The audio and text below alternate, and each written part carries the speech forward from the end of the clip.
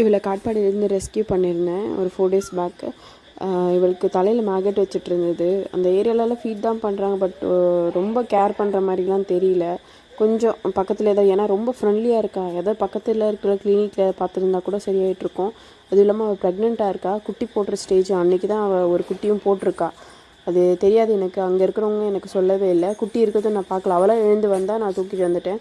So அந்த பப்பியும் அதுக்கப்புறம் தெரிஞ்ச அப்புறம் கிளினிக் கொண்டு வந்து கொடுக்க சொன்னேன். குட்டி எடுத்துகிட்டு வந்துட்டேன். கொஞ்சம் அப்நார்மலாக தான் இருந்துச்சு குட்டி, ஏன்னா அவளுக்கு ரொம்ப இன்ஃபெக்ஷன் அதிகமாகிட்டு இருந்துச்சு.